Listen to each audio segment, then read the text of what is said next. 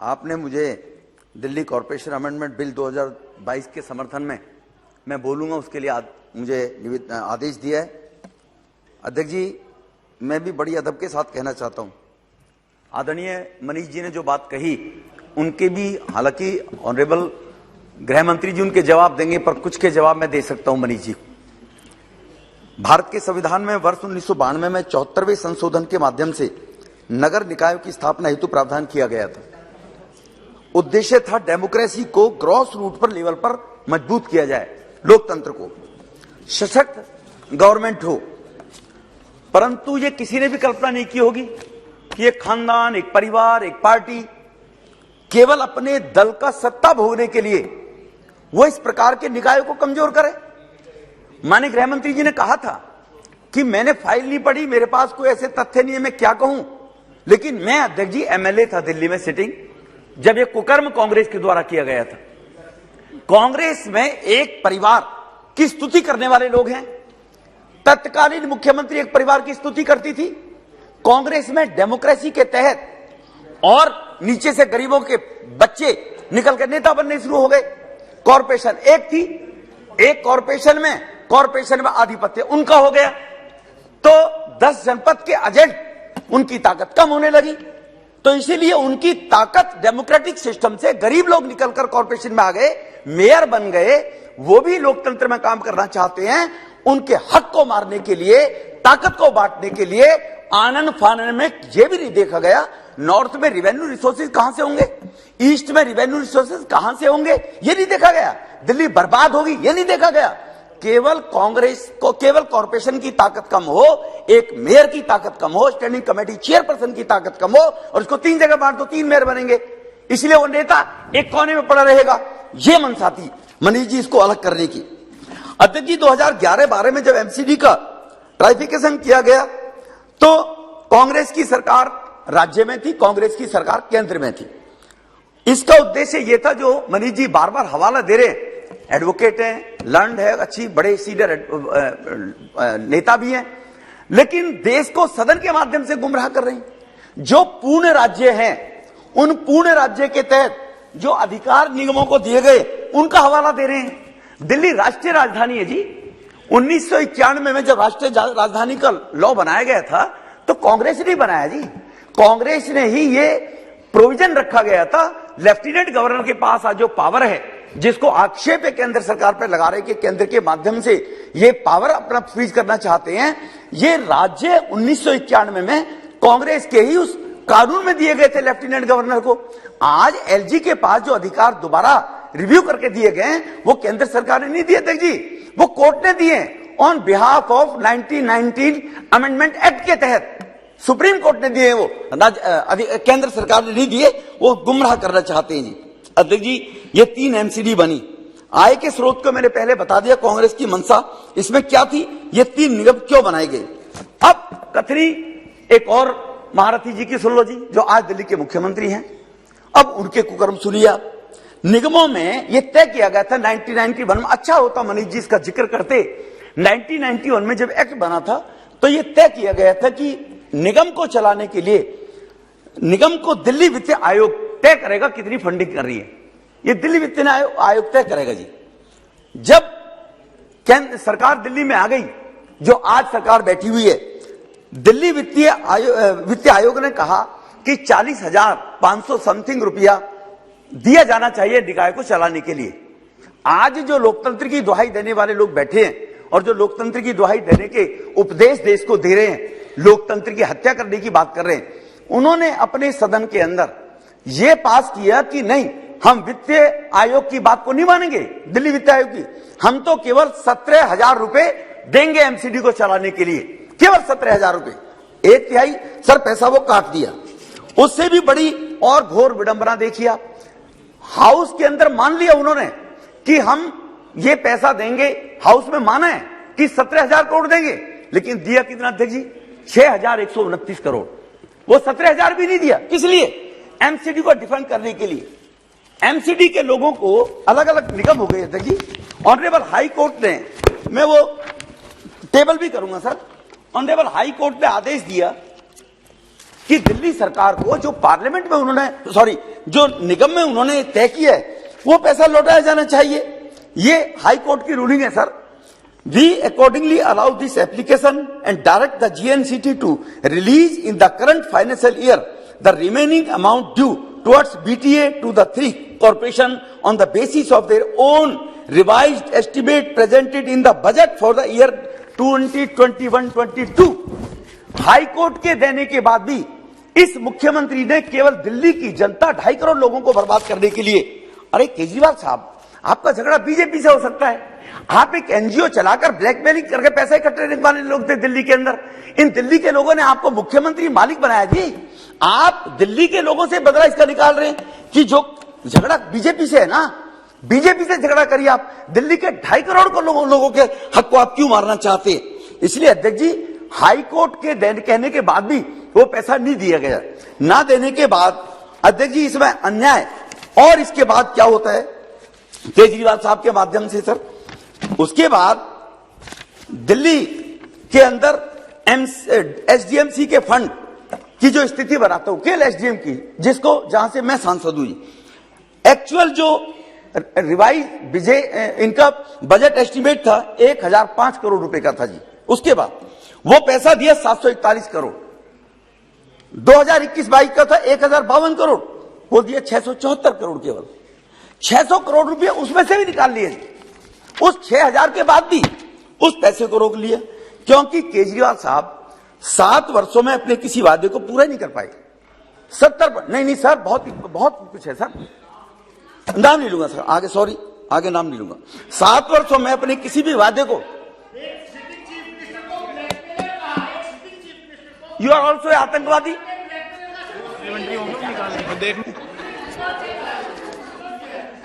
किसी वादे को पूरा नहीं किया।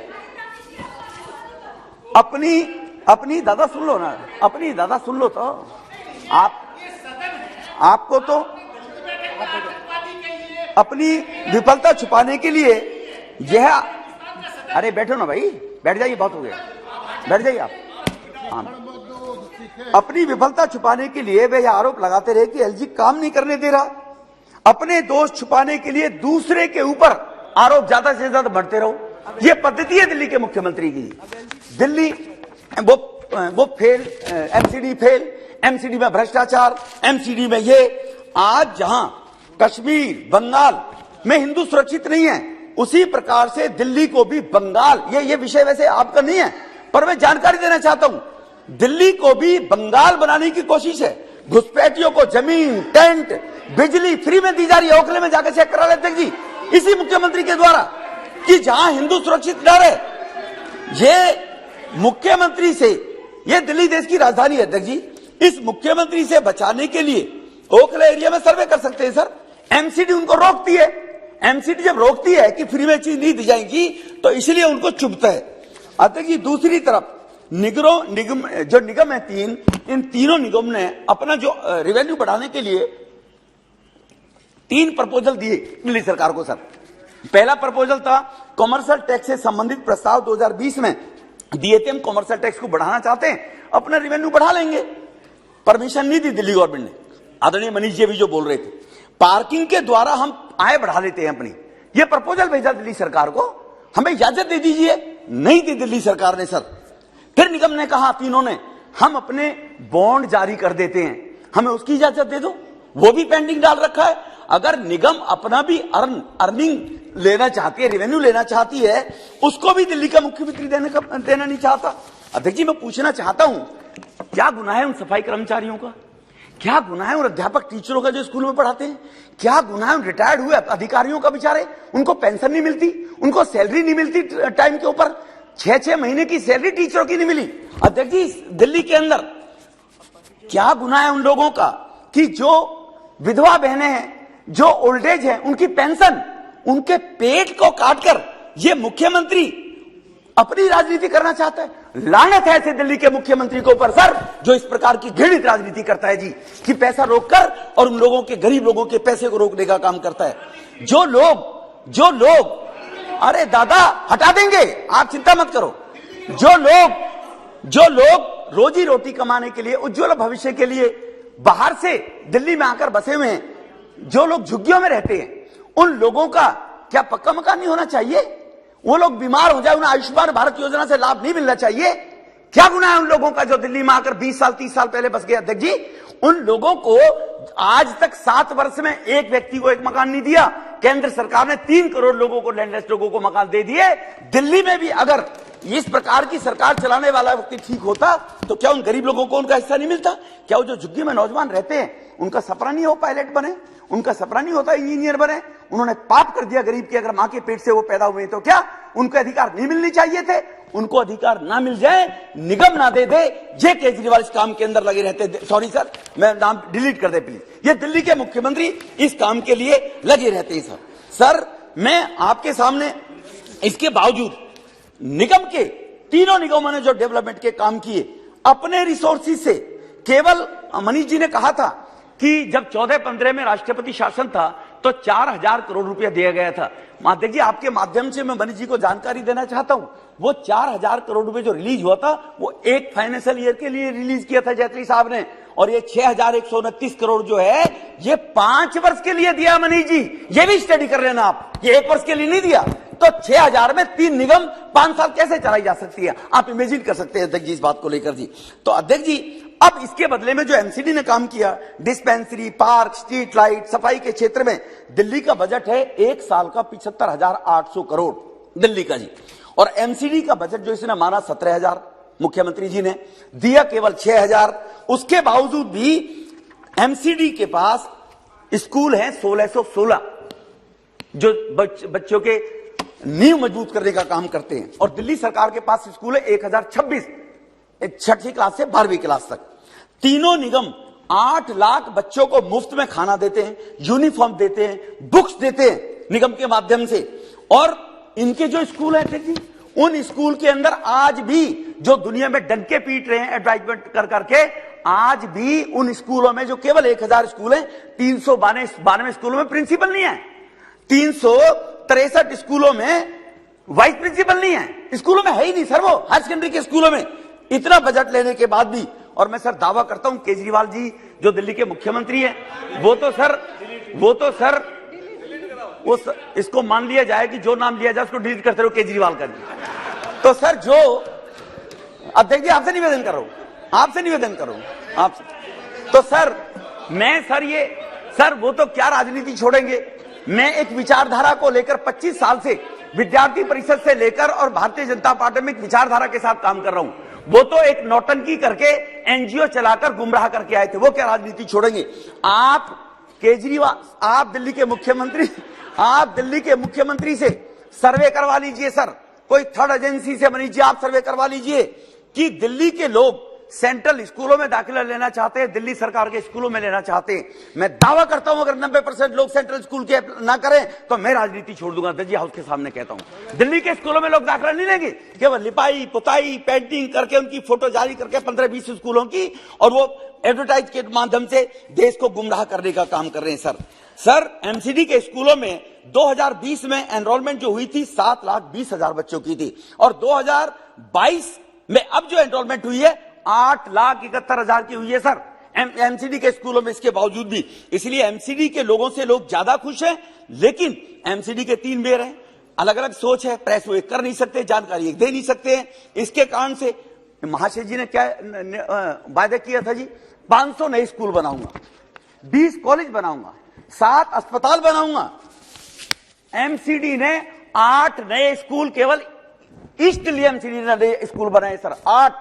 और मैं एक टेबल करना चाहता हूं अध्यक्ष जी, ये आरटीआई के माध्यम से मैं बता रहा हूं, टोटल स्कूल तो बनाए सर पिक्चर 95 ऑन रिकॉर्ड बोल रहा हूं सर। और इनकी आरटीआई का जवाब है, मैं इसको टेबल करना चाहता हूं। दिल्ली सरकार की से आरटीआई लगाकर पूछा गया कि बताएं मुख्यमंत्री जी कि पिछले 7 वर्ष में दिल्ली में कितने नए स्कूल बने। एक नए स्कूल अलॉट हुआ, एक नए स्कूल बना। ये आरटीआई का दिल्ली सरकार का जवाब है सर। मैं इसको टेबल करूंगा सर, इस पेपर को मैं टेबल करने के बजाता हूं। मैं इसके इसलिए मैं कुकर्म बताना चाहता हूं। एसडीएमसी ने 95 बिल्डिंगें बनाई और दिल्ली सरकार ने इकोनॉमिक सर्वे ऑफ दिल्ली, ये मेरी रिपोर्ट नहीं है सर, भाजपा की रिपोर्ट नहीं है, उन्होंने जवाब दिया दिल्ली सरकार ने केवल 20 नई बिल्डिंग बनाई और एसडीएमसी ने 95 नए स्कूलों की बिल्डिंग बनाई जो कच्चे टीआरएन टिप्पण के स्कूलों में चला करते थे।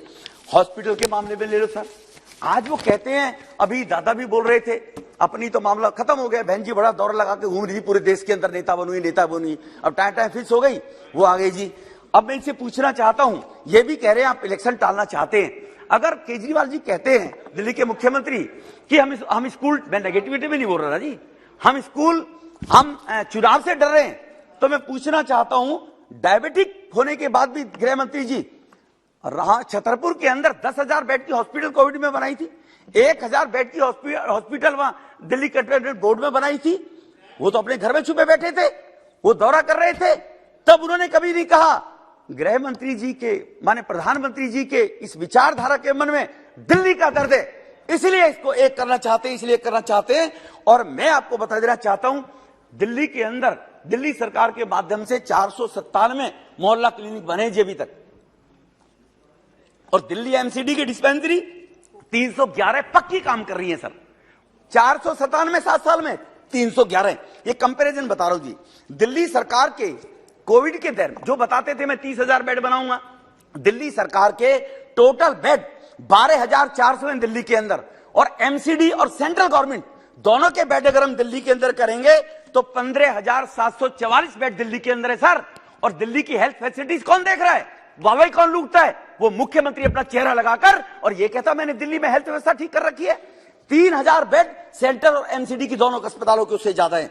7 नए अस्पताल बनाने का वादा, एक पालम के अंदर सेक्टर 9 में वो 13 की नींव रखी हुई है, और एक अंबेडकर नगर में जो हॉस्पिटल 400 बेड का है, इसी 14-15 के बजट में माने जेटली जी ने 50 लाख रुपए अर्नेस्ट मनी देकर वो हॉस्पिटल सैंक्शन किया था अंबेडकर नगर में। 7 वर्ष में 2 हॉस्पिटल बने हैं, तो दोनों पुराने कंस्ट्रक्शन के कर रहे हैं। इन महाशय जी ने एक स्कूल नहीं बनाया पिछले 7 वर्ष के अंदर। इसलिए इसलिए मैं एमसीडी की अन्य सुविधा बता देता हूं। 15,067 पार्क, जिनमें 2019 पार्कों में ओपन जिम और 3725 पार्कों में झूले बच्चों के लिए लगा रहे, एमसीडी के माध्यम से लगाए गए, ये दिल्ली सरकार के माध्यम से नहीं है।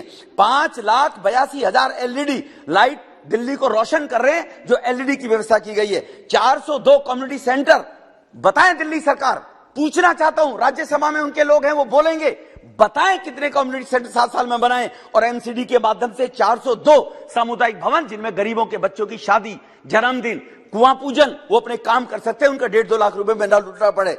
ऑटो टिप्पर 2339 ऑटो टिप्पर हैं, म्यूनिसिपल सॉलिड वेस्ट के जो मैनेजमेंट घर घर जाकर दिल्ली में कूड़ा उठाने का काम करते हैं, ये एमसीडी ने काम किया है। 14 फ्लाईओवर के नीचे 150 जगहों में जो वर्टिकल पार्क आपको नजर आएंगे, वो रोड पीडब्ल्यूडी की है, लेकिन दिल्ली सड़ रही है, लोग गाली देंगे, इसीलिए एमसीडी ने उन पार्कों का सौंदर्यीकरण किया हुआ, जो वर्टिकल गार्डन बने हुए, वो एमसीडी के द्वारा डेवलप किए हुए हैं सारे के सारे। एमसीडी के द्वारा 600 शौचालय का काम जो चालू है दिल्ली के अंदर, एमसीडी के द्वारा चलाए जा रहे हैं।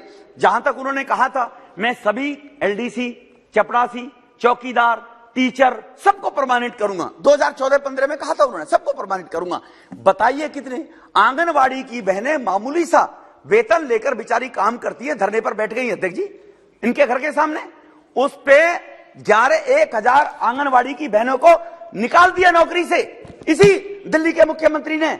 और एमसीडी ने 12,599 कर्मचारियों को जो टेम्परेरी थे उनको परमानेंट किया है पिछले 5 साल के अंदर, स्टैंड ओवर के अंदर, और इन्होंने एक कर्मचारी को परमानेंट ही दिया कि सरकार ने। जो बैठने वाले लोग कहते हैं कि हम चुनाव से डरने के लिए भाग रहे हैं, ये भोली सी सूरत बनाकर खूब करता है वो लोगों के जख्मों का इलाज, वो भोली सी सूरत बनाकर खूब करता है लोगों के जख्मों का इलाज, कुरेद कर देख लेता है और फिर कहता है अभी समय लगेगा, फिर ये बोलता समय लगेगा। 2013-14 में कहा था नल से जल दूंगा दिल्ली के लोगों को, 2017 में निगम का चुनाव आ गया और समय दे दो, 2019 में नल से जल दे दूंगा दिल्ली के लोगों को, 2019 में नहीं दिए, फिर कहने लगा 2020 में दे दूंगा। इस प्रकार के वो नौटंकी और नारेबाजी करते रहे, क्योंकि 20 नए कॉलेज बनाने थे, 2 लाख पब्लिक टॉयलेट बनाने थे, 500 नए स्कूल बनाने थे, टैंकर खत्म कर दूंगा माफियाओं को, वो डबल हो गए, 1200 आज दिल्ली के अंदर टैंकरों से पानी जाता है, बिजली का बिल आधा कर दूंगा, ऑडिट कराऊंगा। जल बोर्ड का आज तक ऑडिट नहीं कराया, क्योंकि जल बोर्ड 60,000 करोड़ के घाटे में चला गया है। बिजली के ऑडिट कराने वाला हमको कहता था हम अंबानी के आदमी है, हमको और कांग्रेस मिलकर अंबानी के साथ काम कर रही है, बिजली कंपनियों को भगा दूंगा। आज उसी कंपनी, बिजली कंपनी के साथ में वो काम कर रहे हैं, और वहां पर काम करते हुए आज उनको एक दिन नजर नहीं आ रहा कि वो अंबानी जी अब पैसे ले रहे हैं, अब वो उनका रिश्तेदार बन गए जी। हर गांव को दिया जाएगा एक विशेष फंड, गांव के माध्यम से निवासियों के फैसले के अनुसार विकास करूंगा, ये कहा था उन्होंने अपने मैनिफेस्टो 36 नंबर पे। 55,000 नई वैकेंसी निकालूंगा लोगों को नौकरी देने के लिए। आपके माध्यम से, सदन के माध्यम से देश को बताना अनिवार्य है अध्यक्ष जी कि वो कितना बड़ा नटवरलाल है। उस नटवरलाल के झांसे में आने के बाद साल 2 साल बाद तो लोग रह सकते हैं खुश, लेकिन उसके बाद क्या हालत होगी वो दिल्ली की पीड़ा को देखने के बाद लोगों को जानकारी मिलेगी। 5,000 नई बस खरीदूंगा ये कहा था, 5,000 नई बस खरीदूंगा, एक नई बस नहीं खरीदी सर, और 11,000 करोड़ रुपए के घाटे में डीटीसी चल रही है 7 साल के अंदर सर, 11,000 करोड़ रुपए के घाटे से। अनियमित कॉलोनी के बारे में अगर माननीय प्रधानमंत्री पीएम उदय योजना लेकर ना आते तो 2-2 साल तक यही कहते रहे। सेंट्रल गवर्नमेंट ने चिट्ठी भेजी सर उनको 2016-17 में, आप हमें इसके बाउंड्री कराकर दीजिए, हम कॉलोनी पास करना चाहते हैं। 2019 में यूडी मिनिस्टर ने चिट्ठी लिखी उनको, 2019 में कहता है हमने तो अभी एजेंसी अपॉइंट नहीं की, हमें और 2 साल का टाइम दे दो। यूडी मिनिस्टर ने कहा आपको 14 से, हमने 15 से 17 तक का टाइम दिया, 17 फिर टाइम मांग रहे हो। तब इनिशिएटिव सेंट्रल गवर्नमेंट ने लिया, जो आज निगम के बारे में लेने जा रही है सेंट्रल गवर्नमेंट, और सेंट्रल गवर्नमेंट ने लेफ्टिनेंट गवर्नर के माध्यम से जो अधिकार 1991 में कांग्रेस ने जब एक्ट बनाया था उसमें लेफ्टिनेंट गवर्नर को अधिकार दिए थे, उसका उपयोग करते हुए सेंट्रल गवर्नमेंट ने, दिल्ली के प्रधानमंत्री जी ने दिल्ली के 36 लाख लोगों के कॉलोनियों के मकानों को पक्का किया, जो उनके ऊपर तलवार लटकती रहती थी डिमोलिशन की, उससे उन लोगों को मुक्ति दिलाई, वरना उन अनौतरित कॉलोनी के लोगों का क्या हाल होता। इसलिए अध्यक्ष जी मैं आपके ज्यादा ना बोलते हुए आपसे केवल एक ही बात कहकर मुझे याद आ रही है, ये बातें देखकर कि जो सपने दिखाते हैं कि आंखें भी, अध्यक्ष जी आपके माध्यम से मैं बता देना चाहता हूं कि केवल सूरज निकलने से अंधेरा नहीं चला जाता, केवल सूरज निकलने से अंधेरा नहीं चला जाता, अंधेरा भेजने के लिए तो आंखें भी खोलनी पड़ती है सुबह उठने के बाद, वरना आंखें के सामने अंधेरा नजर आता है। ये जो आंखें खोले बगैर ये कुछ लोग उनके गोलू गवाह बनकर और यहां पर उनके वक्तव्य की बात कर रहे हैं, वहां पर एक दूसरे को गाली देते हैं, यहां पर एक हो जाते हैं सदन के अंदर आकर, वहां पर दोस्त रहते हैं, यहां पर कुश्ती करते हैं। इनको भी जानकारी देना चाहता हूं कि दिल्ली के अंदर एम्बेसीज है, दिल्ली के अंदर सभी राज्यों के हाउस है, दिल्ली के अंदर इंटरनेशनल लेवल के डेलीगेट्स आते हैं, दिल्ली देश की राजधानी है। आज जो देश के प्रधानमंत्री मोदी जी ने देश और दिल्ली का नाम पूरी दुनिया में नंबर 1, नंबर 2, 3 के ऊपर आया हुआ है। आज बड़े लोगों को, एनसीटीपी के नेता को, सुप्रिया जी के नेता को कहना पड़ा कि मोदी जी की लोकप्रियता इतनी बढ़ रही है, इसके बारे में चिंता करनी चाहिए, हमें उसको क्रिटिसाइज नहीं करना चाहिए। आज दिल्ली अगर कूड़े का ढेर रहेगी, आज दिल्ली अगर गंदी रहेगी, आज दिल्ली के अंदर बीमारियां फैलेंगी, आज दिल्ली में पॉल्यूशन फैलेगा, तो उन चूहे साहब को, गिरगिट साहब को कोई नहीं पूछेगा जी। मोदी जी की बदनामी होगी कि देश के प्रधानमंत्री की राजधानी में पॉल्यूशन के कारण इतने लोग मारे जाते हैं। इसलिए दिल्ली का इसका एकीकरण करने के बाद एमसीडी का उसका फंड जो होगा, जो साउथ एमसीडी से मिलकर आता है, और मेयर भी अगर एक होगा तो मिलकर निर्णय लेगा, और निर्णय लेने के बाद वो अपने अधिकार जो दिल्ली के लोगों के, उनको मजबूती के साथ रख सकता है लोकतंत्र की दृष्टि में, और अगर वो मजबूती के साथ रखेगा तो उसके निर्णय को लोग मानेंगे भी, एप्रिशिएट करेंगे। केवल दिल्ली के मुख्यमंत्री के झांसे में लोग नहीं आएंगे, और दिल्ली के जो 2.5 करोड़ लोग हैं उनकी इच्छा के अनुसार दिल्ली के अंदर डेवलपमेंट के काम होंगे। इसीलिए ये चुनाव से, बीजेपी चुनाव से भागने वाली है। अरे धारा 370 हटाने पर नहीं किसी से डरे, भगवान श्री राम का मंदिर बनाने से किसी से नहीं डरे। ये क्या करेगा, इस सेंटर का चुनाव में भागेंगे। और उत्तरांचल, उत्तर प्रदेश, गोवा, मिजोरम, वहां पर भी तो चुनाव लड़ाया था उन्होंने, हर जगह जमानत जब्त हो गई। मीडिया के बंधुओं से भी कहता हूं, मीडिया के बंधुओं से कहता हूं, तुम्हें एक पंजाब तो नजर आता है, वहां हम नहीं थे, वहां 70 साल से देश को लूटने वाले लोग बैठे हुए थे, उनको डिफीट मिली है। हम 4 राज्यों में थे, चारों राज्यों में इसकी जमानत जब्त हुई है जी। ये मीडिया के बंधुओं को सोचना चाहिए, ये नहीं दिखाना चाहिए कि पंजाब के अंदर उन्होंने जीता है तो हमें हरा कर नहीं जीता, हम तो पंजाब में थे नहीं अध्यक्ष जी। इसलिए मैं इतना निवेदन करते हुए, माने गृह मंत्री जी इस बिल को लेकर आए हैं, इस बिल का मैं समर्थन करने के लिए खड़ा हुआ हूं, और दिल्ली के 2.5 करोड़ लोगों के विकास के लिए ये बिल लाया जा रहा है, और यही कहकर मैं अपनी वाणी को विराम दूंगा। बहुत बहुत धन्यवाद।